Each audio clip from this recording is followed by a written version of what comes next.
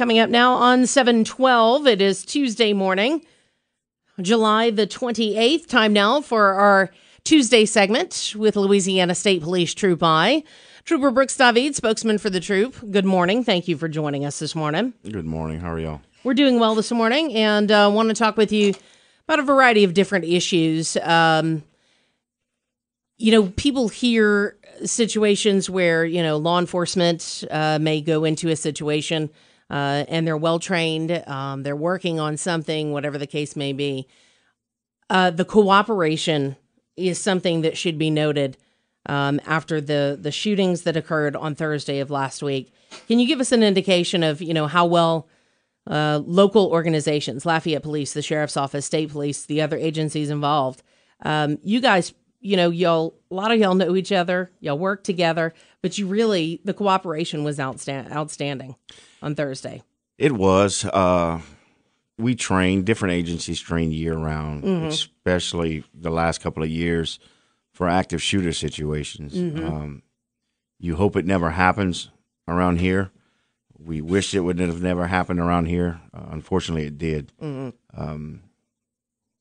Over the last couple of years, we realized there's really only one way to train for an active shooter, and that's going after it and not waiting.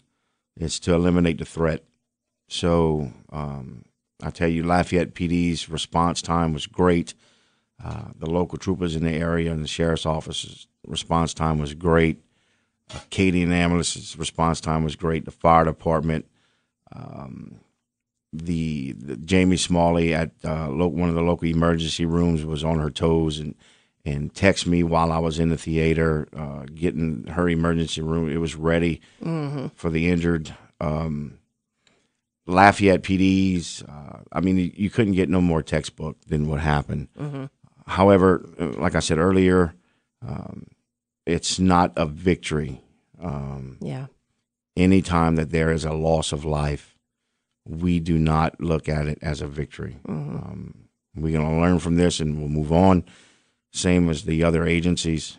We'll find out what we can do better and go on from there. I think every agency did a great job. I think the teachers inside the movie theater, thinking of pulling the fire alarm, saved a lot of lives, did a great job there. The police officers and the Acadian ambulance personnel inside the theater, police officers putting their hands on patients that were bleeding to stop the bleeding and helping Acadian ambulance personnel extract patients and helping them get them out the theater is something that you didn't see on TV and you didn't hear. But you go to the movies for that. Isn't that amazing? Yeah. You go to the movies to watch things happen that you think are heroic, when in reality, heroes, a bunch of them were in that theater. As you said, the teachers to have the presence of mind, because I'm sure they've trained continuously on what to do. She grabbed that fire alarm. The men and women who were there, like you said, putting their hands on these people to do what they could do. And it's, heroes were there. But like you said, everyone understands that it just still can't replace what happened. No, we'll never be able to replace Jillian Johnson. We'll never be able to replace Macy Bro. So, and the injured, the injured have to heal both physically and mentally. Yeah. And that's a long process. The police officers and the emergency personnel that responded to that in the community have to heal. That's not an easy process to go through. As a law enforcement officer, just being a law enforcement officer for 24 years, it's like a file cabinet in your brain. You try to file this stuff away and put it somewhere where it never comes back. And that's a hard thing to do. So after 24 years, you kind of learn to deal with it. As a person sitting in a movie theater that doesn't deal with this on a daily basis, that's a hard thing for somebody to do. So we hope that these people that were affected by this find the strength in the counseling or the prayers that they need from the community and hopefully over time they'll never get over it, but learn how to deal with it. Mm-hmm. Yeah, because you're absolutely right. Grief just changes. Yeah, right. It doesn't really, it never goes away, but it does change.